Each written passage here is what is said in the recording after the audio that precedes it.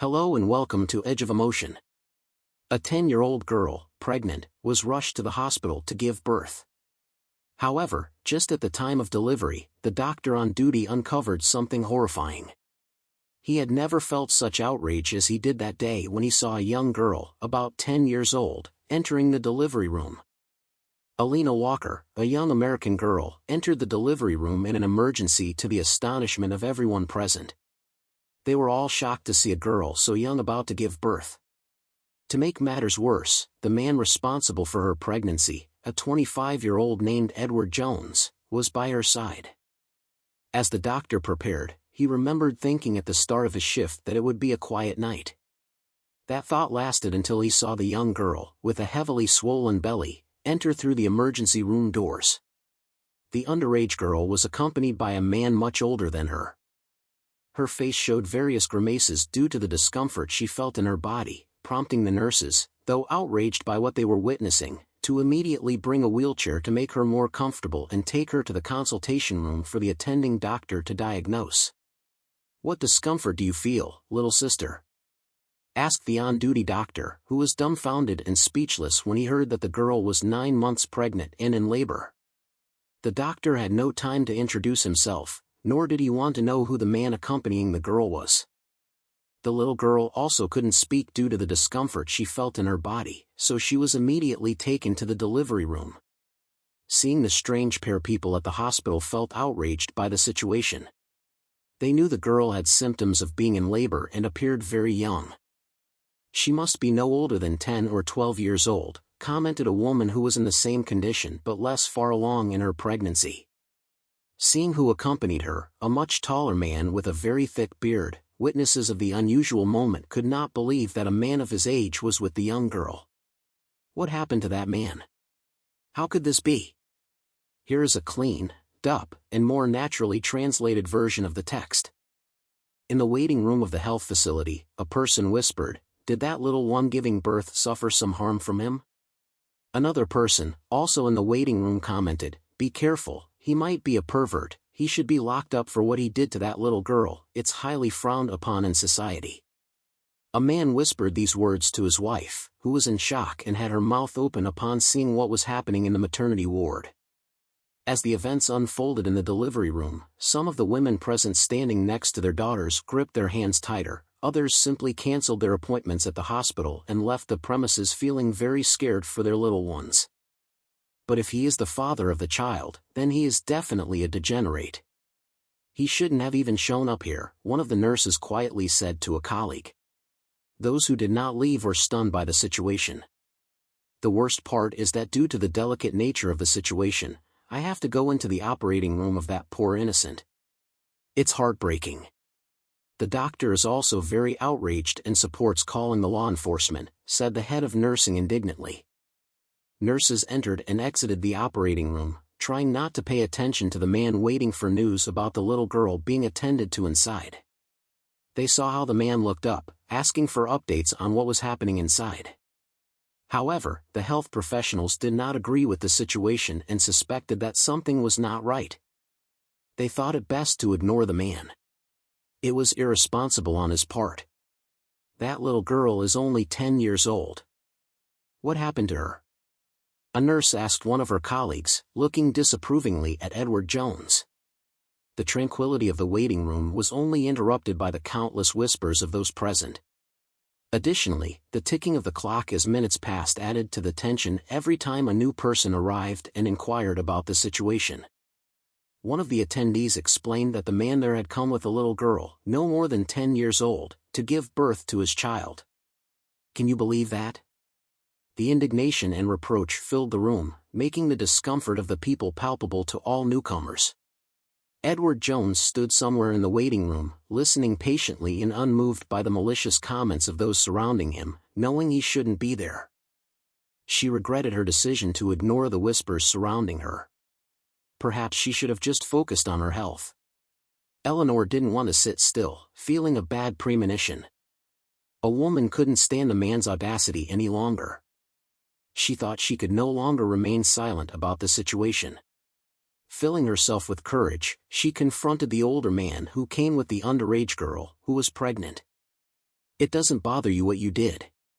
She's just a dear, fenceless little girl, and you are a pervert. Where are this girl's relatives? Why aren't her parents here with her? You have no right to be alone with her. You definitely shouldn't be free because of the terrible thing you did. She yelled in the middle of the waiting room. The daughter of the elderly woman tried to calm her mother down, suggesting, "It's best if we reschedule your appointment for another day, Mom. This isn't doing you any good." Leaving for home with the elderly woman, she saw that the man was still there, standing, as if he didn't care about what he had done. Another older woman, outraged by the situation, filled with courage, called the law enforcement authorities to report what all those present in the health facility were witnessing. She got up from her seat and headed towards the exit of the resting area to make sure she wasn't heard by the man, not wanting him to be alerted to her intentions in case he tried to escape. "Good morning. I want to report an abuse against a minor." "The best thing you can do is send several officers to the hospital," she spoke in a low, anxious voice so as not to be heard. "Ma'am, are you sure of what you are reporting? What you are saying is very serious. You can't be joking with these kinds of arguments," the law enforcement agent replied, on the other end of the phone line. "Just send a law enforcement team to investigate the case, there's no other choice. A young girl is giving birth right now, in the hospital's operating room. I wouldn't joke about such a delicate matter, and the perpetrator is still here waiting." "This is the best moment to investigate the situation," she responded, very indignant. "We have sent a team, don't worry, we will investigate the case, make sure he doesn't leave the place," the agent commented before ending the call. Satisfied with having reported the pervert, she sought the nurses' station to inform them of what she had done, seeking their cooperation to ensure the man did not leave the waiting room. The man was the least of her concerns. She knew very well that he was responsible for the wrongdoing, so he would stay there. He moved to a corner to try to go unnoticed. The last thing he wanted was to inconvenience the people in the health facility, but it was difficult because as time passed, the voices of those present grew louder. "Now he hides. Why didn't you leave her alone before you hurt her? You have to answer to the law for what you did to her." Another woman, outraged by the situation, called out pervert. As the hours passed, those in the waiting room couldn't help but voice hurtful comments loudly to the older man who apparently abused an innocent girl, leaving her in that state. "You are the father of the child," commented a young woman who couldn't understand how they ended up in such a delicate situation. Edward Jones still did not respond to the questions posed by those around him. The best thing he did at that moment to let things cool down was to leave the place to look for some coffee and something to eat. "How shameless thinking about eating in the situation he's in," commented a woman sitting at the door of the waiting room. "He has to pay for what he did. He can't be so calm while having the innocent girl going through this," she added. What were initially whispers gradually turned into much louder complaints about the situation of the girl, who arrived at the hospital to be treated for her condition. "You should feel remorseful for what you did. Do you have no conscience?" asked an elderly woman waiting for her daughter, who was also in labor at the health facility. "You need to ask God for forgiveness for this evil deed, and pray a lot for your own salvation," she added.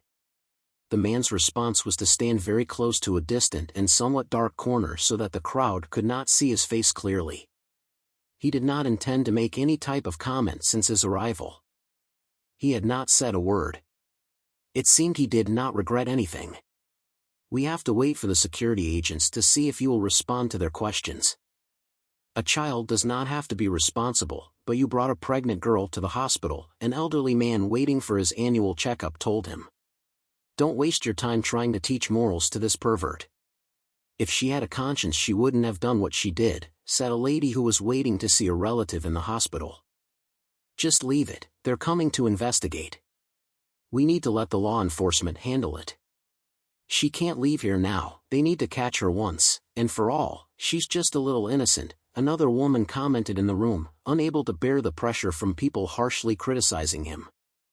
Edward Jones responded with a deep and stern voice, "You should not interfere in other people's lives. You need to live and let live. What I did with the little girl is none of your business." And after that comment the man stayed silent, just looking at the door where Eleanor had entered, accompanied by medical professionals. On the other side of the room, specifically in the delivery room, the doctor on duty at that time is vigorously washing his hands, fueled by the indignation coursing through his body. Beside him is one of his colleagues who will assist him in the procedure. She's a minor. How is this even possible? Her body is so frail. She's barely 10 years old. What kind of twisted mind does this? The doctor, visibly upset, comments. He has 2 daughters around the age of the little girl complaining of discomfort on the operating table. In all my years of practice, I've never dealt with cases like this. This is definitely unprecedented. I imagine the case has already been reported to the law enforcement. He tells his team. Yes, doctor. A woman upset by the situation called the law enforcement agents to come and investigate what happened to the little girl. The anesthetist replies. The young called doctor, deep in thought, swore to do everything possible to save both the and the child. In these cases, there are complications at the time of delivery. Filled with rage, he enters the delivery room to begin his work, still very angry about how that little girl could end up in this situation. I will do everything in my power to make sure you are all right, he says to the little girl, before she falls asleep from the anesthesia to start the operation. During the procedure, the young called doctor begins to notice something very unusual in the girl's organs. It was astonishing what he was seeing. He commented, very puzzled, to his team. Are you all seeing the same thing I am? It's incredible. These organs do not belong to a 10-year-old girl. Here is a non-literal translation of the text into English. The case before them was as perplexing as it was rare. The outward appearance of the mother suggested she was a, yet her internal organs were those of a fully grown woman. The doctors, astonished, hypothesized that the man they suspected to be the father of the child might hold the key to understanding this unusual situation. They decided that a thorough investigation was necessary. As the medical procedure concluded in the operating room, law enforcement officers entered the waiting area to initiate an investigation against Edward Jones. They had arrived just in time to apprehend the man who had brought in a 10-year-old girl pregnant to give birth. An elderly woman expressed her disbelief and outrage, assuming his guilt, but an officer intervened, reminding everyone that the man was innocent until proven guilty. Despite these words, the crowd in the waiting room, having witnessed the young girl's condition, was quick to judge and call for his immediate imprisonment. The atmosphere was charged and the people were vocally demanding justice for the young girl, convinced that Edward had harmed her. Amidst the uproar, several doctors stepped away from their duties to try and calm the crowd. The police took Edward to a separate room for questioning, where he remained silent, his main concern being the well-being of the young girl and her child. When pressed by the officers, he simply expressed his hope that they were both healthy, deflecting further questions. After several hours, the doctor who had overseen the delivery approached Edward Jones to share some good news. A boy was born. After conducting several tests on the young mother, the doctor understood what was happening and his attitude toward the father changed drastically, which led him into the consultation room where security agents were interrogating him. The boy was born at 8:50 p.m. and despite the loud cries at his arrival, he weighed 3,900 grams and was of very normal 35 semen length. The doctor decided to keep both mother and child under observation for the night. The health professional informed the security agents that no wrongdoing had occurred, so they should release Mr. Edwards to be reunited with his wife. Onlookers were surprised to see how the health professional patted the newly minted father on the back. They couldn't believe that the doctor was accepting the situation in which the young woman ended up. This sparked protests at the doors of the operating room, with one elderly woman commenting angrily that man should be locked up, not patted on the back as if he had achieved something great. No nurse questioned the doctor, who had been very upset earlier about the situation of the underage girl. How had he changed his mind so quickly? The health professional with years of experience couldn't believe what he was witnessing. His attitude changed after being able to speak calmly with the mother of the child. Unlike his arrival at the hospital, they hadn't had the opportunity to have a coherent conversation due to the severe discomfort she felt due to the imminent birth of her child. Alina Walker is not a girl of 10 or 12 years. She is a 25-year-old woman suffering from a rare disease that wreaked havoc on her pituitary gland, which produces the growth hormone, causing Alina not to age and thus appear as a 10 or 12-year-old doctor. Edward Jones, her legal spouse, knew what could happen in a moment like this, so he ignored the malicious comments from people unfamiliar with the situation. Alina Walker hopes this will allow her to see her life partner once the new mother recovers from the surgeries she underwent. She will reunite with Edward Jones to introduce him to their son Jonathan Jones, who after all the pertinent tests is a healthy boy. After the doctor who performed the surgery on the mother explained the situation, the couple walked out to the waiting room to address those who had criticized the man, explaining the circumstances that led them there. Alina shared that when she was about 10 years old she suffered from a severe illness that severely damaged her pituitary gland, which prevented her from aging. Her parents, after learning that she would not age and would always look like a little girl, supported her in all her decisions. Years later, when she entered university, she met Edward Jones, who initially mistook her for the younger sister of one of her best friends. Eleanor recounted this with a slight smile on her lips. He couldn't believe her age because of her appearance, but he was the only one who understood what it was like to have such a youthful appearance. Over time, love blossomed between them. She continued holding her partner's hand. The couple ignored all the prejudices of people who saw them walking hand in hand or showing affection in public. They learned not to listen to the malicious whispers which explained the man's attitude in the waiting room, while all the visitors were criticizing their situation. An elderly woman who had harshly questioned his behavior approached the couple to congratulate them and apologize for having jumped to wrong conclusions based solely on appearances. "I'm truly sorry for having criticized you so harshly," the elderly lady said, embarrassed as she left. Following her apology, others who had whispered hurtful comments began to apologize as well. "You have to be aware that at first glance one always thinks the worst, but from now on I will wait to know the whole story before making false judgments," commented the head nurse who was on duty that day. Soon after, family members of the couple arrived to meet the new family member, Jonathan Jones. They were very happy that the little one was healthy and would not suffer from the hormonal disorder that his mother had. Alina and Edward thanked everyone for their understanding. "We know it's very confusing to see me with my husband. It has happened over the years we've been married, but we've learned to live our lives ignoring external people," Alina commented to those who lowered their gazes, embarrassed by all the harsh comments. However, nearby a journalist made the story go viral across all social media platforms. As the family left, she had to give a large number of interviews for her true story to become known across the country. With this, she wanted to finally put an end to the prejudices that assumed Alina was a minor who was married to a much older man. "If we do the math, I am actually just 2 months older than my husband and the father of my child," Alina commented with a mischievous smile on her lips. After her incredible and marvelous story was shared, the couple returned happily and peacefully to a small town in the United States. The villagers are familiar with the story of Edward, Alina, and their little Jonathan, a home where its residents live a fulfilling life. Before knowing the truth, what would you have done in that situation? Edward Jones took the best approach. What do you think of the prejudices? That concludes our story for today. Until next time, may God bless you.